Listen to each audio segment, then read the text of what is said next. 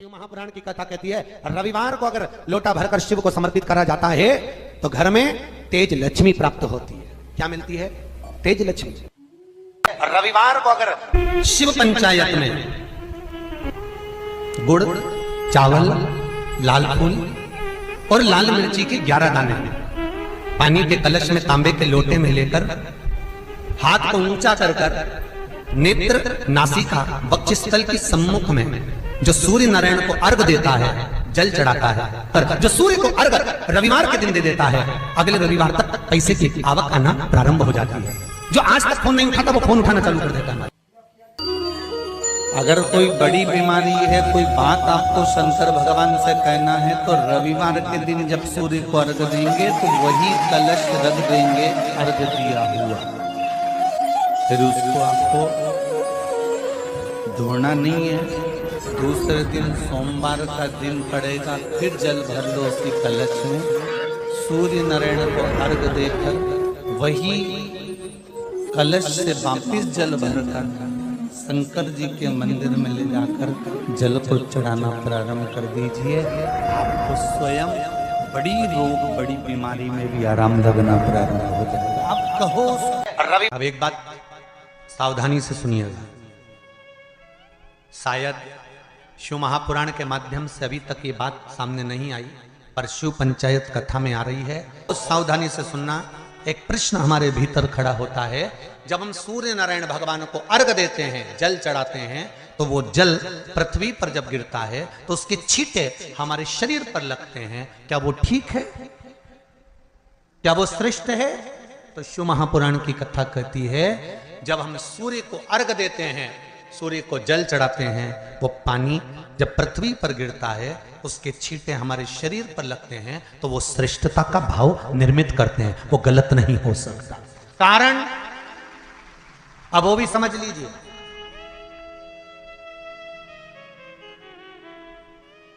अब सूर्य नारायण भगवान को आप जल चढ़ा रहे हो तो छींटे नहीं लगे, उसके लिए क्या स्टूल पे चढ़ के चढ़ाओगे कि कुर्सी पे चढ़ के चढ़ाओगे?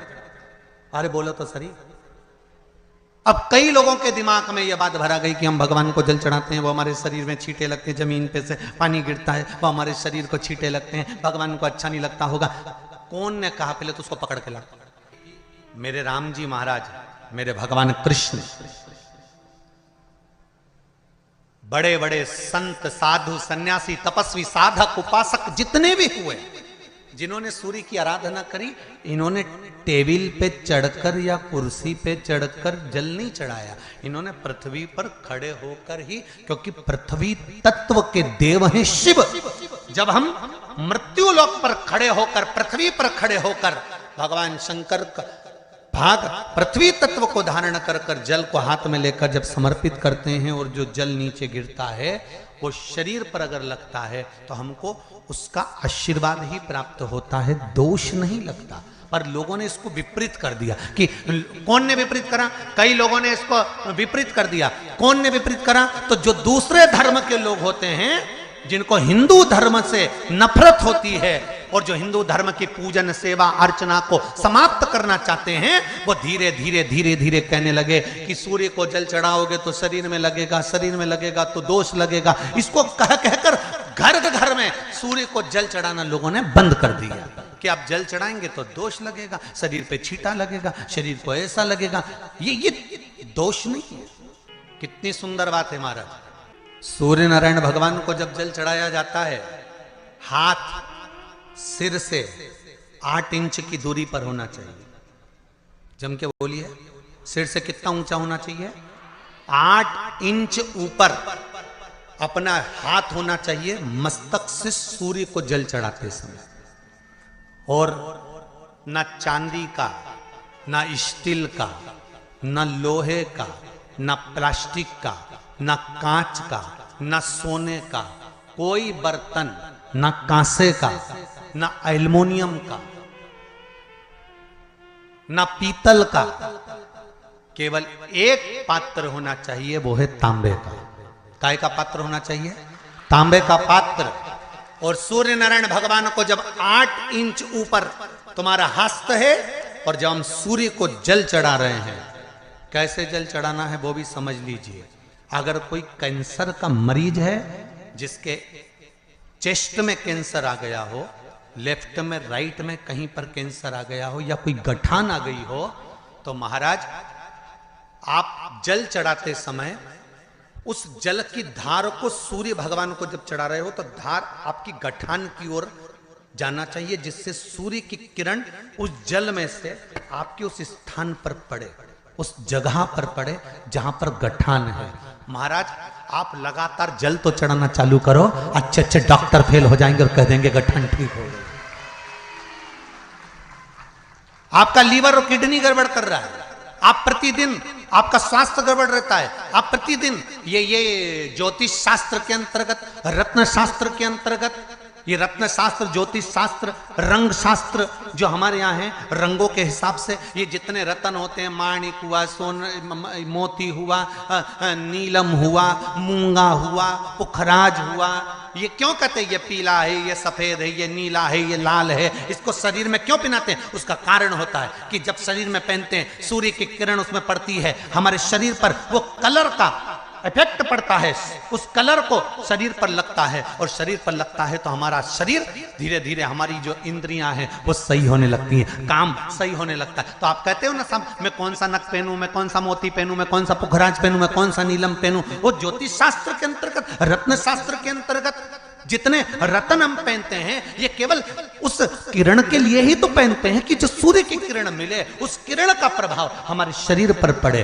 तो इन सबसे अच्छा है कि सुबह शंकर भगवान का नाम लो, तांबा का लोटा में जल भरो, 8 इंच ऊपर सिर से हाथ होना चाहिए, और सूर्य नारायण भगवान का दर्शन साधारण नहीं, जो जल तुम चढ़ा रहे हो वो जल की जो धार आ रही है उसमें सूर्य का दर्शन होना चाहिए, तो कैंसर की बीमारी कभी नहीं हो सकती।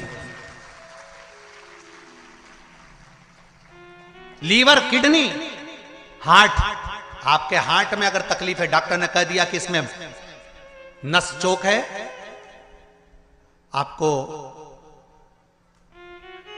कहीं ना कहीं छल्ला डलेगा, आपको कह दिया इसमें कुछ ना कुछ प्रॉब्लम आ रही है, आप सूर्य को अर्घ देना चालू कर दो, सूर्य को जल चढ़ाना चालू कर दीजिए। आप सूर्य को जल चढ़ाओ, वो जल की जो तरंग आ रही है, वो जल जो निकल कर जा रहा है, उसकी जो किरण आपके हृदय पर, आपकी छाती पर पड़ रही है, नाड़ियों में पड़ रही है, नसों में पड़ रही है, उसका बल देखो तो सही। 1 महीना लगातार चढ़ाओ तो 15 दिन 20 दिन कर तो देखो।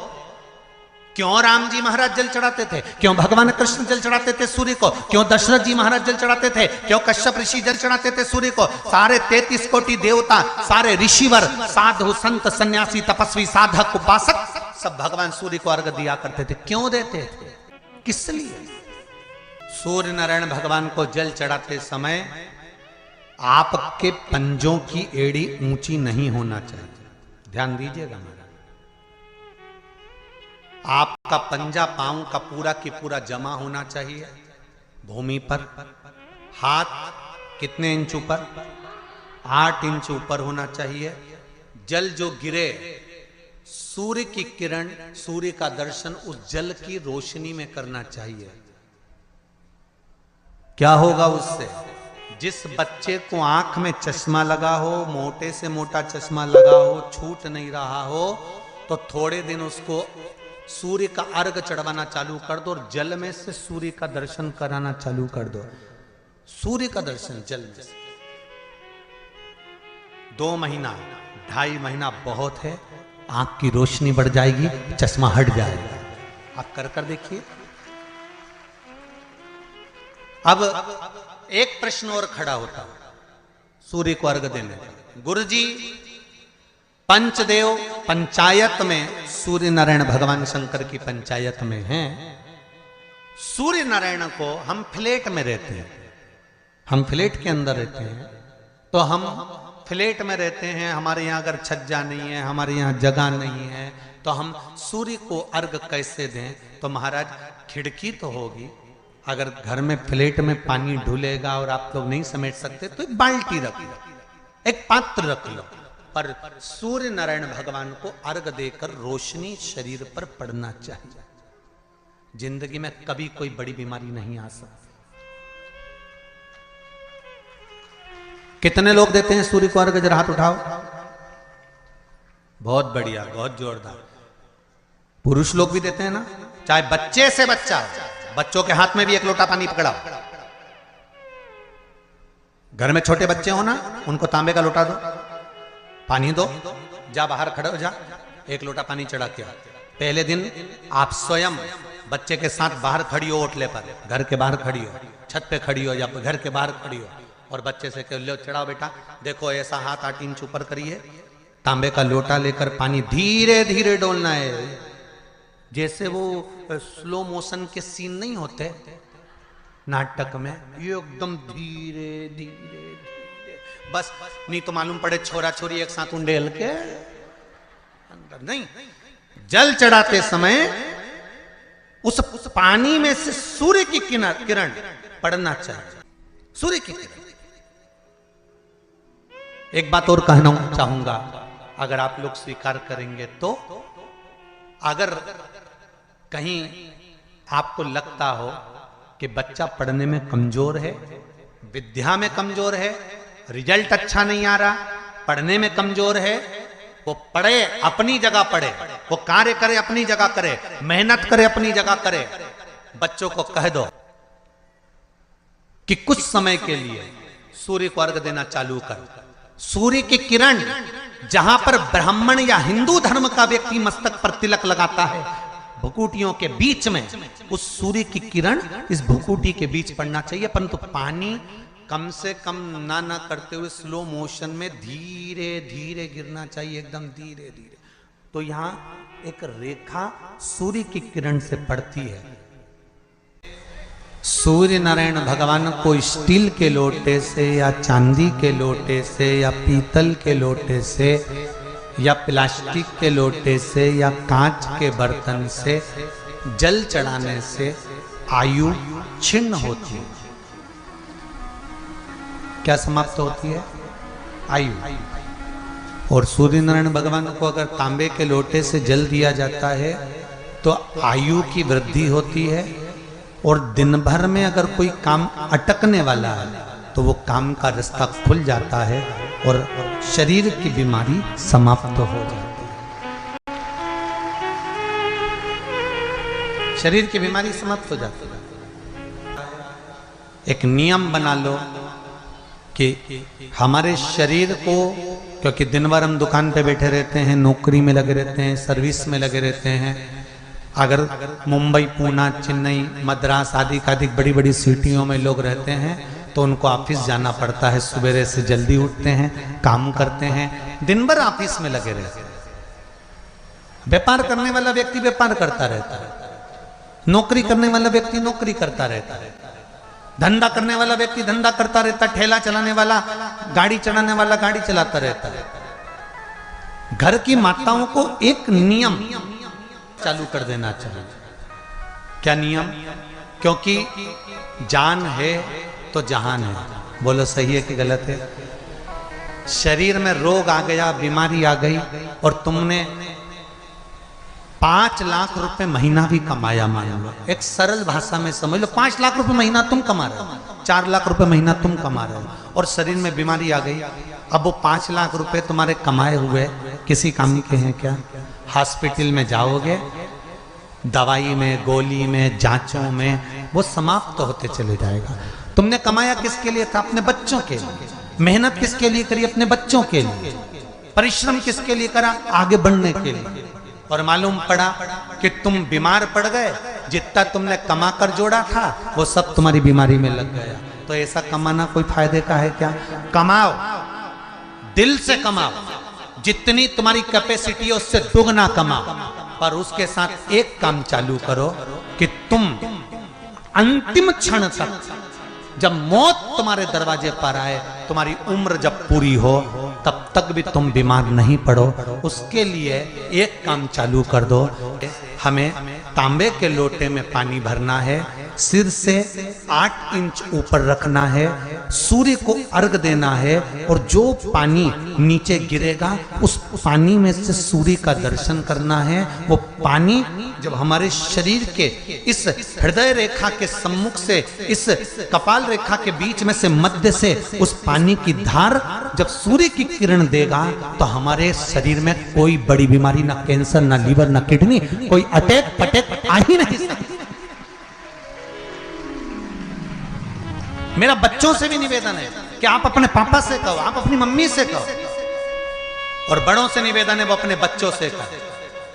बुजुर्ग माताओं से निवेदन है, अगर आप अपने बच्चों को सुखी देखना चाहती हो, बीमारी में पैसा नहीं लगाना चाहती, आप अपने बच्चों को अंत समय अपनी आंखों से उसको तड़पता हुआ नहीं मरना देखना चाहती, तो सूर्य को अर्घ देना चालू कर दो। क्योंकि सूर्य की किरण जल के साथ जब इस शरीर पर पड़ती है तो शरीर में कोई बीमारी टिक ही नहीं सकती। ये श्रीमद् शिव महापुराण की कथा कह रही है।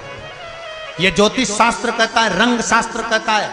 हमारे जितने ज्योतिष शास्त्र हैं, रंग शास्त्र हैं, नग बताते हैं, मोती बताते हैं, नीलम बताते हैं, पन्ना बताते हैं, ये सब क्या पहनाते हैं? रंग का क्यों पहनाते हैं? क्योंकि रंग का इफेक्ट इस शरीर पर पड़ता है। कपड़े कौन से कलर के पहन रहा है उसका इफेक्ट इस शरीर पर पड़ता है। उसी तरह 8 इंच ऊपर मस्तिष्क से तुम्हारा हाथ होना चाहिए, तांबे के कलश में जल होना चाहिए, और सूर्य को देखकर उस जल की धार में सूर्य को जल दीजिए। जिंदगी में बीमारी तुमको नहीं घेर सकती, और बीमार हो भी गए हो तो 15-20 दिन करके देखने में कुछ नहीं जाता। बाद में मत करना, श्योर वाला हमारा झूठ बोल रहा होगा, उसमें क्या दिक्कत कह रहे हैं? क्यों बोल रहे हैं इतने? उसका एक कारण है, आज के समय में लोग 80 साल और 90 साल के होकर नहीं जा रहे भाई। आज के समय में लोग अटैक आता है, बीमारी आती है, कैंसर हो गया, शुगर हो गई, बीपी हो गया, 60, 70, 75, 55, 40 में लोगों के प्राण छूट जा रहे हैं। अगर ये पूरी पृथ्वी युवानों से जवानों से अगर विहीन हो जाएगी तो किस काम की? तुम्हारा कमाया गया धन किस काम का हो? कौन कौन ले रहा है नियम? आज से नियम बना लो, एक तांबे का लोटा जल सूर्य नारायण को अर्घ देना है हमको प्रतिदिन। घर का चाहे छोटा हो चाहे बड़ा हो, जिस बच्चे को रोज बुखार आता हो, निमोनिया हो रहा हो, जिसका